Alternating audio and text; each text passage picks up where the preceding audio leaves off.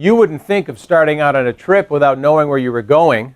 The same is true for local public agencies as they consider a project of any scope. Think of a transportation project being developed under the Federal Aid Highway Program as an extended road trip with a series of required waypoints. It's a good idea to have a map that shows where you're going and how to get there. This presentation will provide you a sound understanding of the phases or building blocks and the major approval milestones.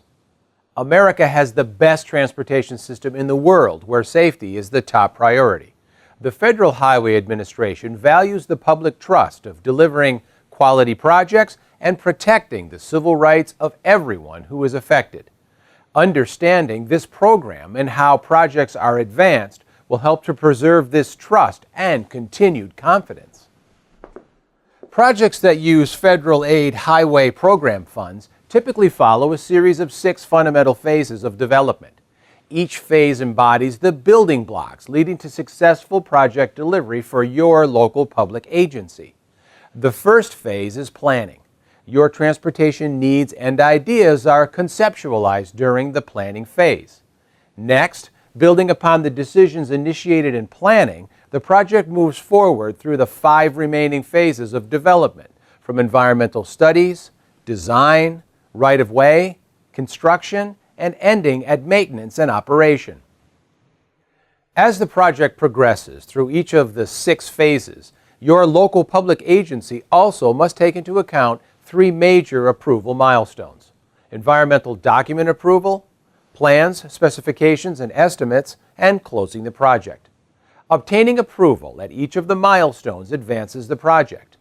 This video presents these core elements and approval steps to help achieve success in your project in terms of staying on schedule, ensuring construction quality, managing costs, and complying with federal regulations so that you can receive federal aid funds for the project. Let us first discuss the core elements of the program before moving on to challenges and solutions related to the success of your project. Project delivery within the Federal Aid Highway Program is represented as a series of interconnected phases that can affect each other. A project is born in the planning phase. Planning includes identifying the initial scope of the project, which is based on regional transportation improvement programs, road conditions, and other considerations. If your local public agency will use federal aid funds for a project, it is important to know that the project must be included in the approved State Transportation Improvement Program, otherwise known as the STIP.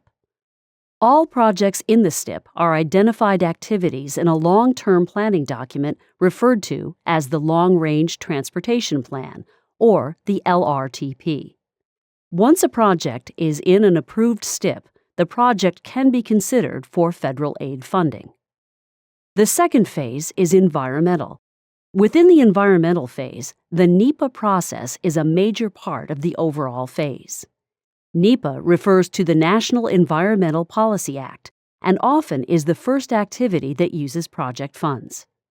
This phase evaluates the project's impact on the human and natural environment and may even require consideration of alternatives.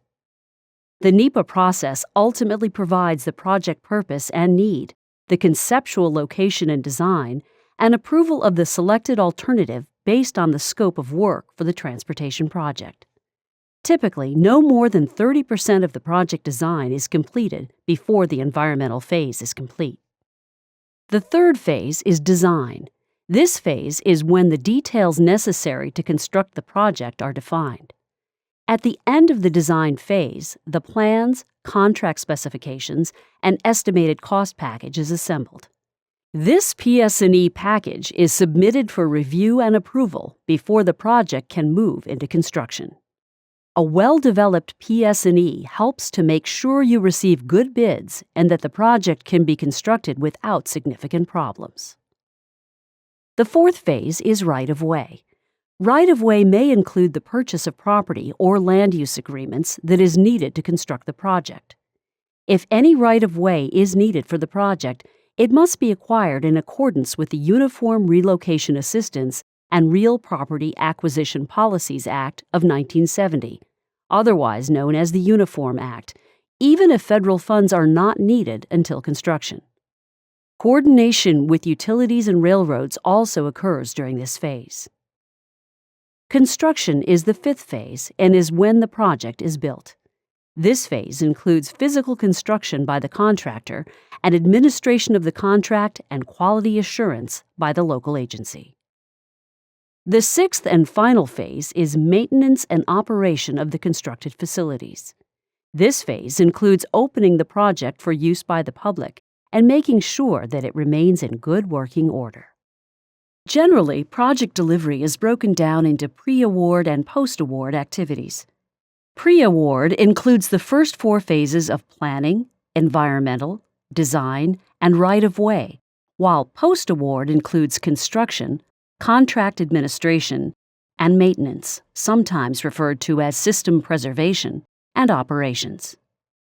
Now that we have an idea of how a project moves through the core elements, let's highlight the 3 major project approval milestones: NEPA approval, PS&E approval, and final acceptance of the constructed project.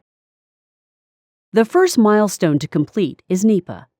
This establishes the project purpose and need, the conceptual location and design, and approval of the selected alternative based on the scope of work for the transportation project. Environmental commitments may be necessary to mitigate the impacts anticipated from constructing the project. The second milestone is the approval of the PS&E package, which permits authorization for physical construction. Projects must not be advertised for bids unless you have received approval from your oversight agency.